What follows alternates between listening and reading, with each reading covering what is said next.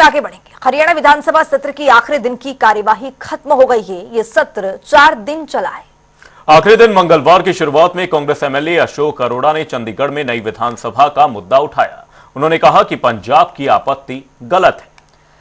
चंडीगढ़ पर हरियाणा का हक भी है। इस पर स्पीकर हरविंदर कल्याण ने अरोड़ा को टोका। कहा कि ये 2 राज्यों का मामला है, इस पर सदन में चर्चा नहीं होनी चाहिए।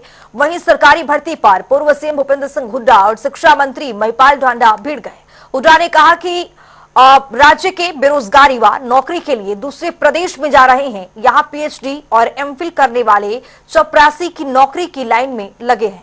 इस पर ढांडा ने कहा कि कांग्रेस सरकार ने घंटे के हिसाब से लेक्चरार भर्ती किए, जिसे पूर्व सीएम मनोहर लाल ने खत्म किया। वहीं सीएम नायब सैनी ने सदन में घोषणा करते हुए कहा कि सरकार जल्द ही अपने चुनावी घोषणा पत्र के तहत जल्द ही गरीबों को प्लॉट देने जा रही है। शहरों में 30 गज के प्लॉट दिए जाएंगे, कस्बों में 50 गज और महाग्राम में गरीबों को 100-100 गज के प्लॉट दिए जाएंगे।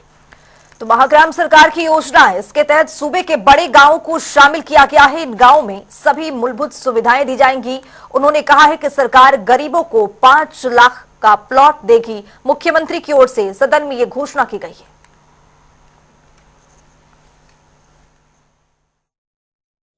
विधानसभा का शीतकालीन सत्र अनिश्चितकाल के लिए स्थगित हो गए। तमाम मुद्दों पर चर्चा हुई है। मेरे साथ सिरसा के कांग्रेस के विधायक गोकुल सेतिया हैं। सर, 4 दिन ये सेशन चला है, आप किस तरीके से देखते हैं? तमाम जो मुद्दे थे सिरसा के, उनको आप रख पाए सदन में?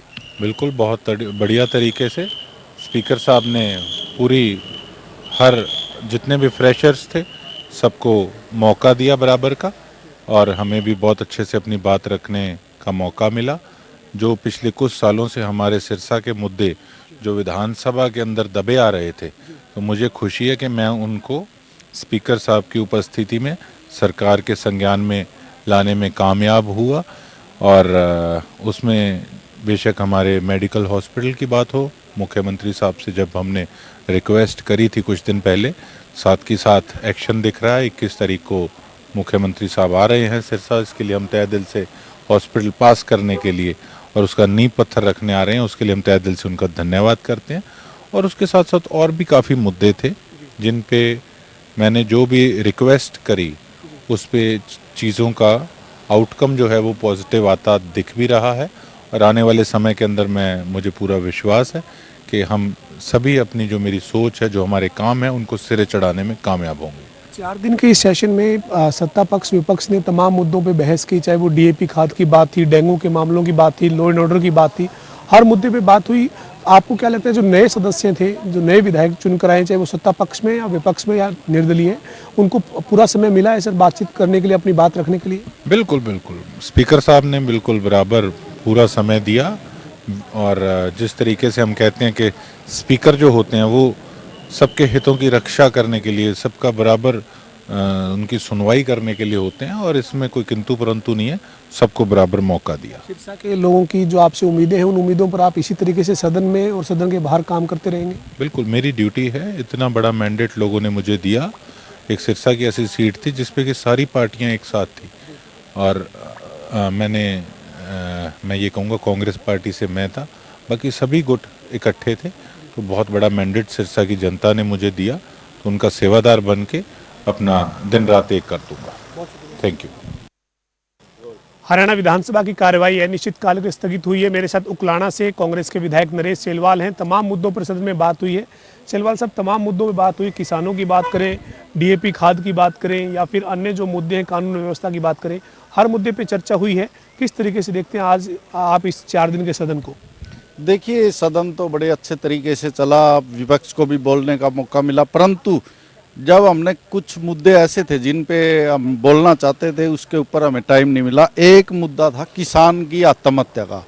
राम भगत नाम के किसान ने उकलाना मंडी, जो मेरा हल्का है, वहाँ पे सुसाइड किया, और खाद लेने के लिए वो किसान गया था। जब उसका मुद्दा मैंने भी उठाया और साथी विधायकों ने भी उठाया, तो मुख्यमंत्री जी ने उस पर स्पष्टीकरण दिया।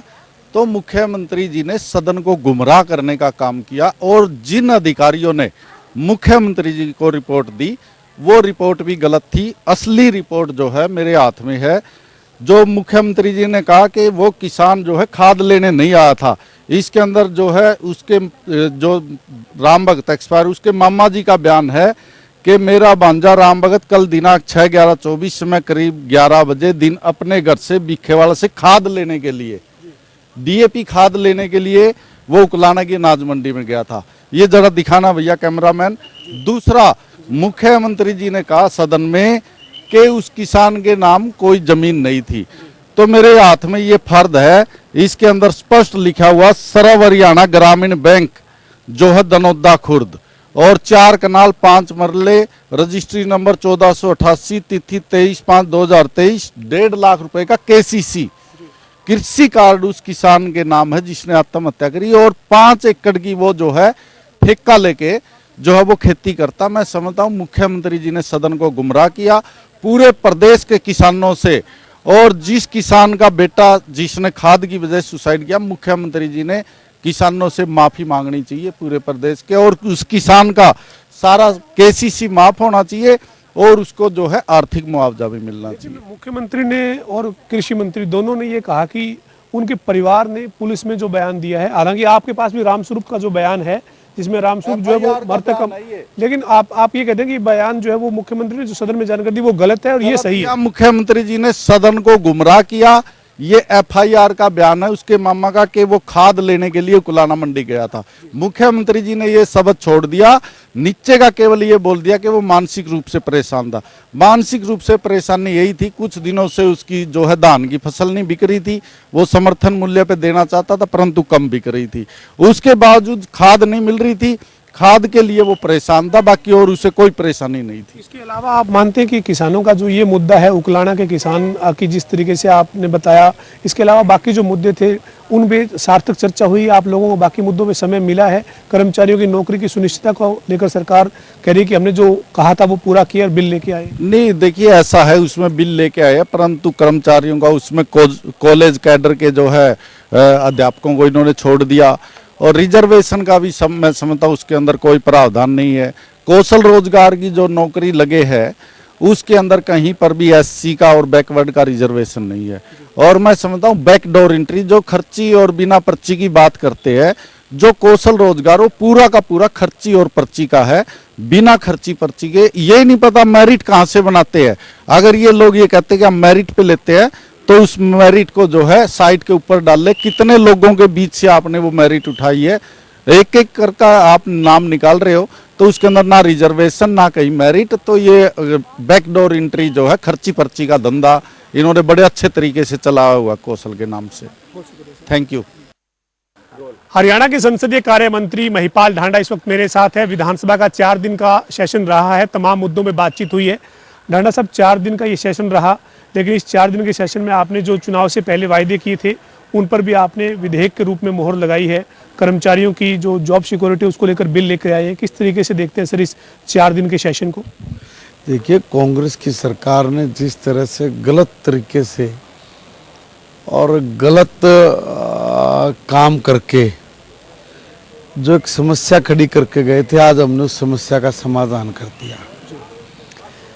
बिना वैकेंसी के पोस्ट भर देना, बिना सैंक्शन की पोस्ट, और फिर ये कहना कि बिला भाई ये बीजेपी की गवर्नमेंट ने ये लगा दिए, HKR में लगा दिया। हमने नहीं लगाया, HKR नहीं करी, रिजर्वेशन फॉलो नहीं करी।